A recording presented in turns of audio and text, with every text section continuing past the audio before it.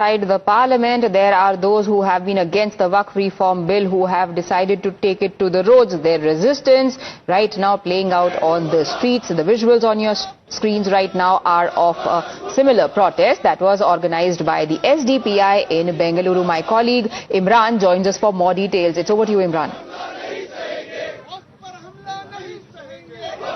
Well, you can see here the SDPI, one of the political group representing the minority committee, is protesting here in the Freedom Park in Bengaluru against the Waqf bill, which has been passed by the parliament here. They're saying that the Waqf bill is as anti-democratic, and also in order to, you can see from the posters written that Union Region's only one agenda is Muslim hatred, and that's the reason why the Waqf bill has been brought here. And he said, Masjid, Madrasa, Qabristan, Waqf se hai Hindustan.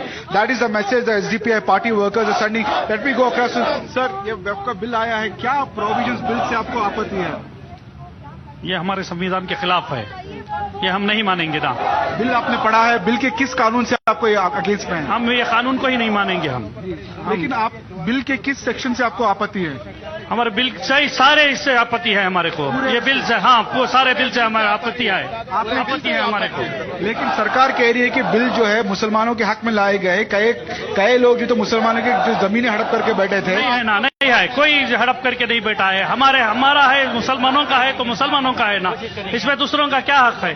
हम थोड़ी हम जाके हम बोल रहे हैं कि हम दूसरे आपके इसमें देने के लिए बोल रहे हैं कि हम लोग। We also there you heard from voices, we take few more voices from it.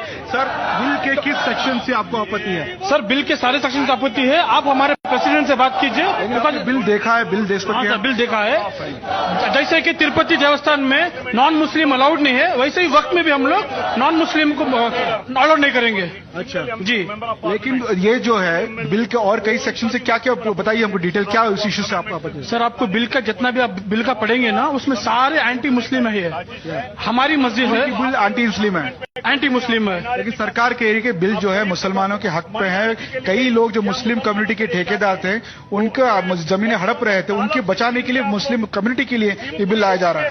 Sir, पहले काम कीजिए, मोदी सरकार को बोलिए किसी मुस्लिम को रिप्रेजेंटेटिव बनाए, एमपी बनाए। पहले जहाँ पे बजट कितना कटाए आप लोग? बात करें। Sir, this is complete violation of fundamental right. Article 14. The workers are not allowing. They are asking what the state president paid. We'll take just take a reaction from him. Spicy sir, what is the sections of the bill you're opposing? What can you find out? देखिए, हम oppose करते हैं ये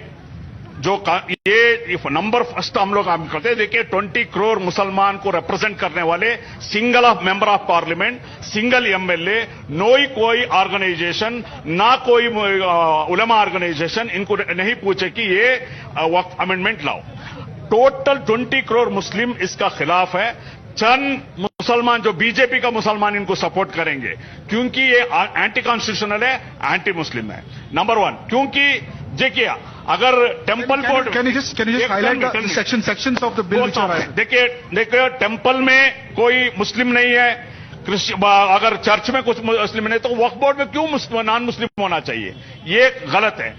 देखिए, वक्फ by user को ये निकाला, हालांकि सुप्रीम कोर्ट इसको मान्यता दिया है कि वक्फ बाय यूजर, क्योंकि सालों से use. One thing is pretty much clear, Imran, that people there haven't gone through and understood the exact provisions and intention of the bill. They are clearly repeating the rhetoric that there are certain leaders on the floor of the House from the opposition have been putting forth. Amit Shah himself has on multiple occasions said that there is no interference in religious matters, yet the first thing that the protesters on the ground say that non-Muslims are being inserted in the Waqf religious matters. We'll keep tracking developments, taking a quick break.